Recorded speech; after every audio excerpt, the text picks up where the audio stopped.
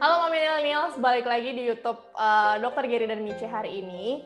Nah, hari ini kita mau ngobrol-ngobrol nih sama satu ibu yang baru lahiran normal 3 bulan yang lalu, which is di bulan, apa ya? 3 bulan lalu tuh bulan November ya? Bulan November baru lahiran.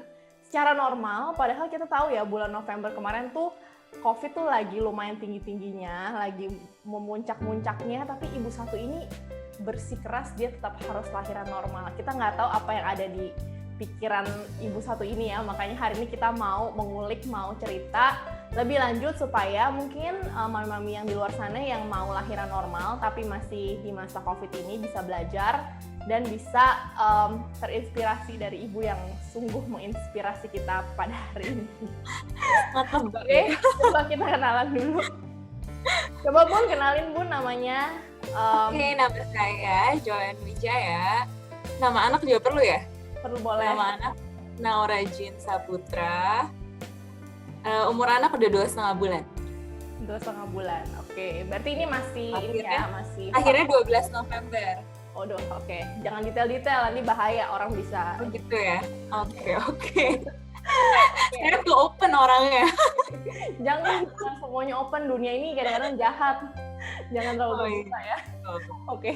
Nah, kita sebelum video ini kita mau cerita-cerita nih, kita disclaimer dulu kalau cerita ini berdasarkan dari cerita Joan sendiri dan dari satu rumah sakit ya yang si Joan bersalin ini. Jadi nggak bisa dipukul sama rata, mungkin setiap rumah sakit atau tempat bersalin itu punya regulasinya masing-masing. Jadi kita cuma cerita based on pengalaman Joan di bulan November 2020 itu ya. Oke. Pertama nih gue mau nanya dulu, lu pas dari hamil itu lu udah tahu nih mungkin gue maunya nanti lahiran normal aja deh gitu, atau gimana? Apa lu ada sempet berubah pikiran tengah-tengah, apa sesar aja ya kan lagi COVID gitu, apa lu bener-bener udah bersikeras dari awal pengen normal? Iya, dari dulu sih, even dari sebelum hamil ya, maksudnya dari dulu banget lah gue selalu pengennya normal. Karena ya gue pikir maksudnya badan kita emang udah dipersiapkan untuk itu gitu, dan Tuhan udah ciptain kita ya untuk bisa lahiran normal. Dari namanya aja udah normal kan. Ya kayak ngapain kita maksudnya pilih yang nggak normal gitu kalau bisa normal. Dan waktu itu gue juga research kayak maksudnya kalau sesar tuh emang maksudnya diperuntukkan untuk yang komplikasi-komplikasi gitu kan. Jadi kalau bisa normal ya maksudnya gue sebisa mungkin maunya normal sih, kayak ngapain harus kita operasi gitu, perut lo dibelek segala macam. Tapi di tengah-tengah sebenarnya maksudnya teman-teman gue juga banyak banget yang sesar kan. Sesar lo tinggal bener-bener tiduran di bius udah bangun kelar kan. Terus sempat kepikiran juga sih, aduh jelas semua orang sesar, gue takut juga nih, maksudnya ntar kalau banyak juga temen yang normal kan yang bisa labornya sampai kayak berjam-jam, 24 jam, kayak bisa lebih dari 24 jam. Even cici gue juga waktu itu kan udah duluan kan, kayak 2,5 bulan lebih dulu lagi juga. Nah itu dia juga waktu itu bisa kayak hampir 2-3 hari. Dan normal ya? Berarti cici lo juga ikut juga? Iya, normal juga. Waktu itu terus gue sempat video callan pas dia lagi pembukaan gitu, terus dia kayak gila lu jangan normal deh, udah lu nggak usah banyak gaya deh, udah lu sesar aja. Saking dia udah bener-bener dia udah nggak tahan sakit ya. Terus semenjak itu gue juga jadi kayak ngomong ke kayak suami gue, aduh gimana nih si cici aja maksudnya si enci gue tuh tadinya even mau water bath, tapi makanya makan lah tuh water bath dia bilang. Udah lu sasar aja deh, gak usah banyak gaya, dia bilang. Akhirnya gue bilang, aduh Niko kayak iya ke suami gue, aduh gimana nih, si cici aja gak tahan, aduh kayak kita harus pikir-pikir lagi nih mau normal apa sasar. Ya makanya akhirnya kayak gitu. Tapi akhirnya pokoknya ya tiap hari doa Tuhan kalau bisa sih, kalau berkehendak maunya normal gitu. Terus apa tuh yang membuat lu akhirnya, tadi kan lu udah mulai labil nih, udah mulai goyah karena lu lihat cici lu lagi kan. Terus apa yang membuat lu udah akhirnya firm, oke, gue tetap normal deh gitu? Iya, jadi gue tuh sempat ada grup sama kayak Mamis 2020 namanya. Jadi ada sebelum gue ini udah nih semua kebanyakan lahiran normal dari 5 orang gitu, semua ada 4 lahiran normal. Ya semua udah cerita maksudnya prosesnya gimana, dan semua udah maksudnya udah melewati itu, dan gue jadi ya kayak ya udahlah, pasti mereka aja semua bisa, pasti gue bisa lah gitu-gitulah. Ya pokoknya berdoa, maksudnya ya kalau dilancarkan semua ya udah, tapi kalau sampai harus sesar nantinya kalau ada apa-apa ya udah nggak apa-apa juga. Oke. Jadi lo ada support system juga ya yang menguatkan lo. Itu sangat membantu sih support system itu. Jadi kayak lo nggak sendiri, dan lo kayak udah tahu maksudnya jalan ceritanya gimana, terus kayak saling support gitu sih. Oke. Nah, ini mungkin yang ditunggu-tunggu ya, pertanyaan ditunggu-tunggu. Gimana sih proses persalinan di masa pandemi ini? Apakah seribet itu nggak sih? Karena kalau gue nggak kebayang ya, karena kan apa-apa harus steril kan di zaman sekarang ini, apalagi nanti pas lagi lu lahiran normal itu, lu masuk ruangan bersalin yang dimana kayak banyak darah, terus lu harus pokoknya ya tindakan dibuka apa segala macam gitu-gitu kan, yang bener-bener lu harus steril dong, dan ini kan anak bayi yang baru lahir di masa pandemi gitu loh. Gimana sih, ceritain dong dari awal lu mungkin merasa kontraksi, terus lu harus ke rumah sakit, sampai akhirnya lu di ruang persalinan itu. Iya, jadi kalau sebenarnya kalau masa pandemi sih sebenarnya gue percaya aja pasti rumah sakit tuh udah punya protokolnya sendiri kan, dan udah pasti itu semua steril. Dan yang ya gue juga tanya-tanya kan yang udah lahiran pas masa pandemi juga, dan semua ya emang ya protokolnya ketat lah semua. Suster-susternya gue yakin setiap dia masuk udah dites dulu misalnya suhunya segala macam, dan semua benar-benar full masker kan udah pasti. Dan semua yang kesana, yang lahiran di sana juga di PCR swab. Jadi semuanya pasti udah yang udah dipilah-pilah, udah dipilih yang negatif di ruangan mana, dan positif pasti udah dikirim ke yang ruangan-ruangan positif gitu. Jadi ya ceritanya lahirannya itu gue setengah 4 pagi subuh, dan ini tuh masih 36 weeks 6 hari, jadi nggak expect banget. Expect kan pasti 38 sampai 40 minggu kan. Jadi ini even belum sampai 37 minggu. 37 minggu kurang 1 hari aja. Nah, setengah 4 subuh itu tiba-tiba pas tidur ada gue berasa kayak tiba-tiba di perut kayak dek gitu. Terus tiba-tiba kayak berasa basah. Terus gue jalan ke toilet kan langsung. Terus udah berasa tuh kayak ada yang ngalir-ngalir gitu. Akhirnya gue ke toilet. Terus gue lihat semua ternyata celana dalamnya udah basah gitu. Kayak basahnya tuh basah yang bukan, udah kayak disiram lah intinya. Terus gue langsung panggil Niko dong. Terus kayak, Beb, gimana nih? Ini kayak ketuban pecah deh. Terus dia dari tidur juga langsung kayak, ya maksudnya langsung loncat, langsung ke toilet. Terus, waduh gimana, dia juga panik dong. Aduh gimana, ya udah ayo cepetan ke rumah sakit. Terus dia udah kayak dia udah kayak doa, aduh tolong berkati, pokoknya gitu-gitu dia udah doa, gue jadi kayak makin panik kan. Terus ya udah pokoknya cepet-cepet.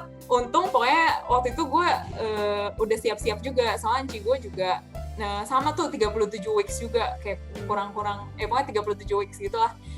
Jadi dia bilang, lu mendingan wanti-wanti, maksudnya lu packing hospital bag dari jauh-jauh deh. Waktu itu dia juga kan ketuban pecah juga. Jadi dia belum sempat packing, tiba-tiba udah harus, ini jadi ribet lah. Jadi gue udah packing udah kayak dari 35 weeks kayaknya. Hospital bag. Jadi udah abis itu kan, jadi udah langsung cepet-cepet ambil hospital bag yang udah di packing. Udah kita jalan akhirnya ke rumah sakit. Sampai rumah sakit pokoknya kira-kira ya jam 4 sampai setengah 5 gitu, setengah 5-an. Langsung dicek sama susternya, langsung ke ruang observasi ya. Ruang observasi, dicek ternyata udah pembukaan 3. Padahal gue gak berasa apa-apa sih, itu sama sekali gak berasa kayak sakit atau apa gitu. Surprisingly juga gue kayak super tenang sih. Tapi pas di jalan gue sempet, aduh ini kalau pecah ketuban gini biasa kan kayak bisa mulesnya tuh bisa lama kan. Aduh kalau sampai sesar gimana nih, gue udah kayak aduh semoga, maksudnya berdoa supaya si Naura anak gue bisa cari jalan sendiri gitu, akhirnya bisa bikin gue mules gitu. Jadi akhirnya pas di rumah sakit udah pembukaan 3, udah abis itu akhirnya ke ruang persalinan sekitar jam setengah 6 jam 6 dicek lagi, udah pembukaan 4, udah nggak berasa apa-apa segala macam. Akhirnya udah dicek PCR swab itu di ruangan persalinan. Berarti lu udah si pas lagi bundanya di ruang persalinan, kalau suami dia turun ke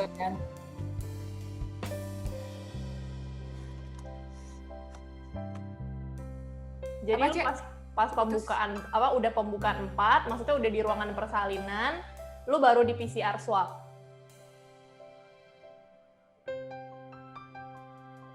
Iya, soalnya case-nya kayak gitu kan, case-nya pecah ketuban, jadi emang mau nggak mau pas gue sampai rumah sakit tuh langsung dibawa pakai kursi roda, gitu ke ruang observasi.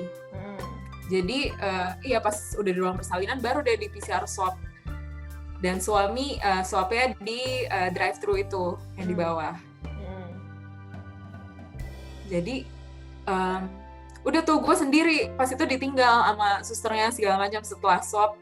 Terus pas itu suami udah turun, parents gue juga sempat datang jam 7:30 gitu.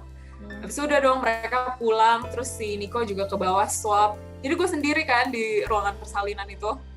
Tiba-tiba gue kayak mules banget pas sendiri itu, kayak mules banget, kayak berasa kayak udah ada yang nempel di vagina gitu, kayak udah mau keluar gitu. Mulesnya kayak sampai kayak gitu, gue sampai kayak bilang, sus ini udah mules banget nih. Terus susternya kayak ya, cuekin gue aja, soalnya dia pikir mungkin emang kayak baru, tadi kan pembukaan 4 kan terakhir dia cek kan. Jadi udah dia biarin aja gue sendiri, kayak gue pegangan kursi ranjang itu, kayak aduh udah kayak nggak tahan gitu. Terus pas Niko lagi masih di bawah kan, terus Niko naik, kayak dia masih cerita nih, dia swab gimana, dia kayak nggak tahu gue udah mules. Padahal udah kesakitan banget ya. Iya, gue sampai kayak gue nggak dengerin, gue nggak respon juga. Akhirnya pokoknya gue tetep pegangan itu ranjang, pokoknya kayak udah gitu-gitu. Terus gue bilang, sus ini kayak udah mau keluar deh, kayak gue bilang. Susternya kan masih mau kasih gue obat pencahar dulu lah gitu kan. Iya. Supaya buang air dulu kan. Terus akhirnya pas susternya cek lagi, pas dia cek lagi dia kayak mukanya shock gitu, kayak hah. Terus dia kayak kayak panik gitu. Terus kayak wah ini udah gede nih ternyata pembukaannya, dia bilang. Terus kita nggak usah pakai obat pencahar lagi deh, pokoknya akhirnya langsung dia kayak siapin gitu barang-barangnya. Terus kayak dia telepon dokternya. Ya udah pokoknya dia siapin, ya udah gue tetap ya maksudnya udah ada Niko sih, akhirnya pokoknya tetap kayak mules sendiri. Dan pas mules itu tuh nggak boleh ngeden kan, jadi harus nahan banget. Pokoknya kalau normal itu pas mules banget, kita sebisa mungkin nggak boleh ngeden sebelum sampai pembukaan 10. Gitu. Jadi itu gue rasa sih itu kayak gue udah pembukaan 9 atau 10, nggak tahu lah, pokoknya 9 kali ya mungkin ya. Dan untuk nahan nggak ngeden itu tuh susah banget karena mulesnya tuh semules itu gitu. Ya udah akhirnya, tapi gue pokoknya selalu berusaha nggak ngeden deh sampai akhirnya sampai susternya yang arahin gitu untuk ngeden gitu. Kebetulan hari sebelumnya gue juga udah ikut senam hamil. Nah pas ikut senam hamil itu diajarin tuh cara ngedennya. Dan pas senam hamil itu sebenarnya gue ngedennya kan kayak gue takut dong itu pas itu keluar lagi pas itu senam hamil. Tapi kayak susternya bilang, udah ini kamu belum ngeden, udah ngeden aja, maksudnya ngeden totalitas aja. Akhirnya udah gue ngeden kayak super totalitas, dan menurut gue itu mungkin karena itu gue pecah ketuban, nggak tahu juga sih. Bisa jadi. Karena gue ngedennya kayak totalitas pas di senam hamil itu. Iya. Terlalu pol keluarinnya. Iya, akhirnya langsung pecah deh itu beneran. Gitu. Oh tadi lanjut, akhirnya iya, jadi pas susternya udah telepon dokter segala macam, ya udah biasa kalau normal tuh dokter datangnya kan terakhir kan. Pokoknya kita sama suster-susternya dulu. Kayak disuruh pokoknya belajar napas pas di senam hamil juga belajar napas. Akhirnya napas semuanya hu-hu-ha, kalau diajarinnya kayak gitu. Hu-hu-ha, pokoknya gitu-gitu terus Niko kan kayak yang cuman ya sabar. Akhirnya gue suruh dia, udah lu daripada kayak gitu-gitu mendingan lu ikut gua napas itu. Akhirnya dia ikut napas Iya, terus Jadi kita berdua, jadi ngedennya berdua gitu. membantu juga Jadi ya sih. udah pas itu akhirnya udah pembukaan 10, dia akhirnya suruh gua ngeden, si suster. Suruh ngeden, pokoknya ngeden, dan kalau ngeden itu matanya harus melek, nggak boleh merem, soalnya takut pembuluh darah pecah. Ya udah akhirnya ngeden beberapa kali push kayak mungkin akhirnya gue ngeden dan ngeden harus pas kontraksi kan. Jadi susternya tiap kali nanya nih, ini lagi kontraksi gak? Kalau lagi kontraksi, ayo kita ngeden. Dia ngarahin kan ngeden, ayo ngeden 1, 2, 3. Akhirnya gue ngeden pokoknya sampai 4 set gitu deh. Akhirnya sampai dokter datang. Setelah dokter datang, mungkin gue ngeden sekali lagi, akhirnya keluar gitu bayinya. Dan ya itu 9:35 akhirnya bayinya keluar. Jadi ya kayak bener-bener cepet banget sih, itu lumayan cepet banget. Soalnya dari pas gue ngeliat parents gue ternyata datang tuh pas itu 7:30. Dan itu gue belum ngerasain apa-apa sama sekali gitu. Jadi gue labor mungkin ya sekitar cuman mulus-mulusnya itu nggak nyampe 2 jam. Gitu. Berarti nih lu bener-bener ini sih termasuk cepet banget ya. Lu ngerasa pertama pecah ketuban itu 3:30 subuh, terus semua udah kelar-kelar jam 9-an, setengah 10-an gitu. Ya berarti even ini nggak ada sampai setengah hari kan? Iya. Sebenarnya pas di ruangan observasi, sama susternya bilang ini sih bakal cepet sih. Sebelum siang juga, maksudnya ntar siang juga pasti udah keluar. Dia bilang gitu. Wah pas itu gue juga percaya nggak percaya sih. Ternyata benar kayak jam 9:30 even udah keluar. Terus yang tadi balik lagi ke yang PCR swab itu berarti sambil lu pembukaan itu sambil nunggu hasil si PCR itu keluar ya berarti ya. Dan yang di PCR itu berarti adalah orang yang damping. Jadi emang keluar sampai ya intinya sampai gue udah sore sih sekitar jam. Tapi kayak tadi lu bilang orang sekitar jam 2 siang baru keluar. Orang tua lu datang gitu-gitu juga di PCR nggak? Apa cuman orang yang dampingin dalam ruangan persalinan aja?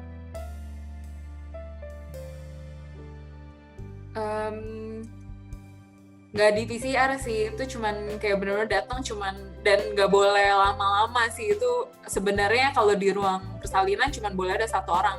Dan itu soalnya bokap nyokap gue cuman kayak dropin barang yang belum lengkap sih. Jadi cuman bentar banget datangnya. Oke. Benar-benar cuman dropin barang, doa barang, udah. Nah terus untuk suami lu sendiri yang nemenin di ruangan persalinan, itu dia harus ngejalanin protokol kesehatan apa pakai APD juga atau nggak tahu sih. Kalau misalnya yang dulu kan sebelum pandemi kan cuma dia nemenin aja kan. Apa ini pas lagi masa COVID gini apa cuma sebatas masker atau dikasih kayak baju 1 set khusus gitu untuk nemenin lo? Kebetulan ya cuma masker sih. Lu cuma masker doang? Iya. Berarti satu orang cuma full APD kecuali suami lu masker dan elunya lah ya. Elunya kan ya otomatis. Gue ya enggak. Susternya juga enggak sih, seingat gue ya. Oh, susternya juga nggak pakai? Susternya juga nggak APD sih, seingat gue. Kayak dokternya doang deh waktu itu deh. Tapi pasti udah di inilah ya. Udah maksudnya mereka jadi, udah yang full negatif. Masker sama face shield sih. Terus pas lu udah masuk ruangan pemulihan nih, abis lu udah dibersih-bersihin segala macem itu, selama masa pandemi ini lu boleh terima kunjungan nggak? Dan kalau misalnya boleh, apa ada batasannya atau gimana? Nggak boleh sih, benar-benar cuma 1 orang yang boleh ada di dalam ruangan itu. Even lu udah di kamar pun nggak boleh? Nggak boleh, iya. Jadi intinya cuma suami aja sih yang ada di dalam ruangan itu. Jadi kalau ada yang mau jenguk lihat baby lu juga sama sekali nggak boleh, even keluarga orang tua? Iya, nggak boleh. Nggak boleh ya? Benar-benar 1 orang sih. Mungkin kalau itu bisa gantian kali ya, kalau suami lagi keluar, misalnya nyokap kita habis itu gantian gitu. Jadi suami keluar dulu. Berarti seketat itu ya ininya? Iya, biasa waktu itu pernah juga kayak sempet kayak ada suami misalnya sama nyokap gitu. Kayak satpamnya datang buat kayak tegur gitu. Nakal juga loh. Sering. Terus Apa ya? Kalau mungkin ini ya, gue malah dengar cerita lu ya baru sekarang tuh gue bisa berkesimpulan kalau lu blessed banget karena maksudnya lu dari awal lu pengennya normal nih, terus lu udah sempet ragu tapi ternyata memang jalannya Tuhan kasih untuk lu lahiran normal. Dan lagi masa pandemi juga yang dimana orang kan nggak mau lama-lama kan dalam proses ini dan lu dilancarkan aja gitu. Iya. Beberapa jam lu udah langsung tiba-tiba langsung keluar gitu kan, ya ini quite blessings gitu. Tapi lu selama ini lu ngerasa nggak selama lu di rumah sakit itu ada nggak sih yang bikin lu ngerasa ribet dalam ngurus ini semua gitu? Kalau semuanya lancar kan mungkin kita ya bisa lebih chill gitu ya, lebih kayak orang datang apa segala macam. Kalau ini apa yang lo ngerasa prosesnya itu lebih ribet dibandingin dulu lo misalnya ke rumah sakit atau ngunjungin temen yang lahiran? Ada nggak kayak proses registrasinya lo harus ditanya history lo sakit apa, lo ada kunjungan ke luar negeri atau enggak gitu-gitu, ada nggak sih kriteria kayak gitu? Nggak ada sih, pokoknya soalnya pas masuk aja kan langsung dibawa kursi roda kan ke ruang observasi. Terus registrasi juga biasa aja sih, semua flow-nya nggak ribet, dan ya cuman tambahannya ya PCR swab tadi aja, dan jadi ada biaya tambahan. Nah itu kan yang same day kan jadinya yang swabnya. Sebenarnya itu bisa juga lu kayak swab bisa kayak seminggu sebelum. Kalau lu misalnya udah 38 weeks, biasa dokter tuh suruh lu swab dulu nih, biar nggak kena harga PCR yang same day. Jadi PCR yang biasa yang drive-thru itu, nah itu kan jauh lebih murah kan. Nah biasa dokter kayak suggest lu kayak kira-kira minggu depan lu bakal labor nih, jadi minggu ini disuruh swab gitu misalnya. Tapi kalau misalnya sampai lebih dari seminggu atau 2 minggu gitu, ya lu harus swab lagi jatuhnya. Tapi gue rada bingung deh, soalnya ada payet kan. Tadi kan lu swabnya itu pas lu lagi udah pembukaan 4 kan, tadi lu bilang pas lu masuk ruang persalinan lu di swab. Tapi kan hasilnya tadi lu bilang baru keluar jam 2 siang. Nah, tapi kan by jam 9:30 itu lu udah kelar tuh lahirannya, maksud gue. Jadi berarti kan lu udah melakukan proses persalinan selesai tanpa lu tahu hasil swab lu apa kan? Iya, sebenarnya iya sih kayak gitu. Gue juga bingung ya, maksudnya sebenarnya ngapain lagi nih swab lagi kan? Ya cuman mungkin ya emang udah nggak bisa gitu, maksudnya emang udah harus keluar, ya udah. Soalnya kan ini case-nya pecah ketuban kan. Iya sih, dan mungkin karena urgent juga ya, jadi mau nggak mau tetap lakuin sih. Makanya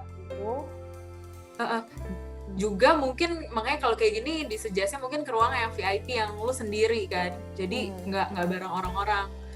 Jadi maksudnya kalau sampai lu positif pun kan lu selama ini juga masih sendiri kan, nggak ketemu orang-orang, ketemu paling suster yang mau udah pakai maksudnya full protection, masker dan facial segala macem kan, dan nggak ketemu ibu-ibu lain gitu maksudnya, atau pasien-pasien lain. Iya.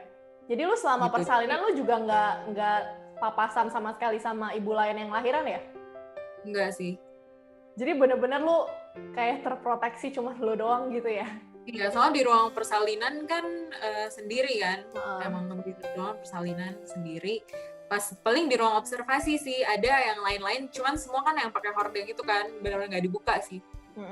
Jadi kayak masing-masing sendiri, nggak kontak sama pasien-pasien lain. Iya.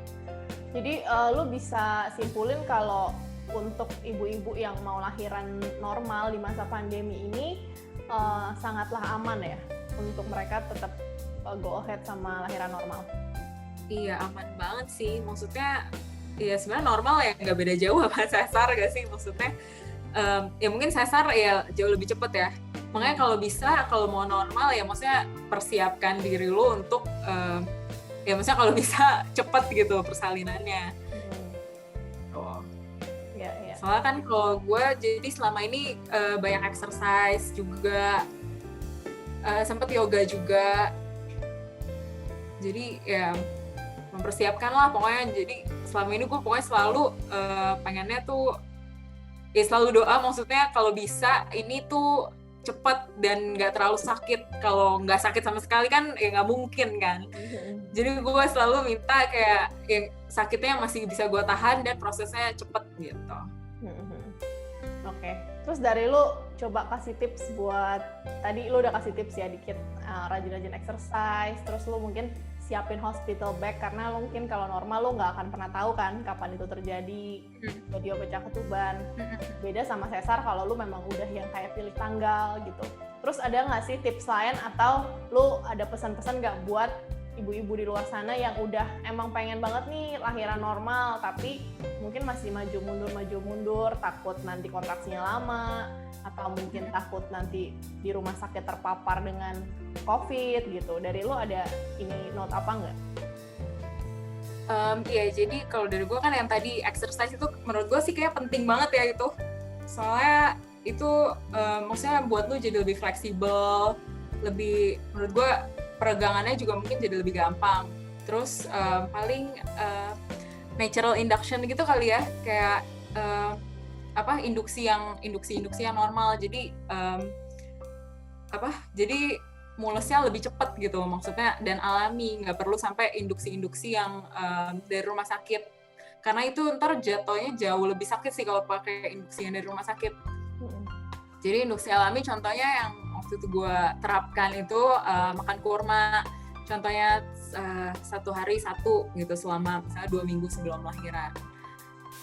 Terus seks juga penting buat induksi alami, at least ya buat 2 kali seminggu lah, 1-2 kali seminggu. Even waktu hamil udah gede justru yang paling penting. Iya. Terus jangan terlalu banyak makan yang manis-manis. Kalau dokter gue tuh dari dulu wanti-wanti nggak boleh anaknya sampai gendut-gendut banget. Soalnya keluarnya takut susah kan. Jadi waktu itu gue sempet kayak udah selalu pas dikontrol dibilang ini kelebihan nih untuk minggu segini tuh beratnya kelebihan. Jadi selalu jangan makan manis sama dingin, selalu dibilang kayak gitu. Jadi kalau bisa jangan terlalu makan banyak manis dan dingin supaya anaknya nggak gendut-gendut banget, jadi keluarnya lebih gampang. Dan kemarin Naura lahirnya berapa ya beratnya ya? 2,59. Panjangnya? Panjangnya 47,5. Oh, oke. Tapi itu kan masih 37 weeks ya hitungannya. Iya. Jadi kalau bisa sih walaupun 38 weeks atau udah 40 weeks gitu, kalau bisa jangan sampai 3,5 kilo gitu bayinya. Kalau bisa di bawah ya 3,2 gitu max. Iya sih, itu karena akan mempermudah lu ngedennya juga ya. Jadi lebih gampang keluar lah ya. Jadi lebih cepat. Oke. Nah, jadi buat mami-mami di luar sana mungkin yang masih ragu-ragu, mungkin setelah dengar petuah dari Ibu Joanne ini mungkin akan jadi lebih yakin untuk go normal gitu ya. Karena jujur gue takut banget. Mungkin kalau tadi lu kan bilang normal sama sesar mungkin sama aja pas lagi COVID. Tapi kalau sesar kan kayak cepet gitu loh, Wen. Jadi kayak lu masuk. Iya sih, bener-bener setengah jam ya. Iya, dalam waktu 2 jam gitu maksimal gue udah selesai. Jadi gue abis itu bisa langsung isolasi ke kamar sendiri gitu kan.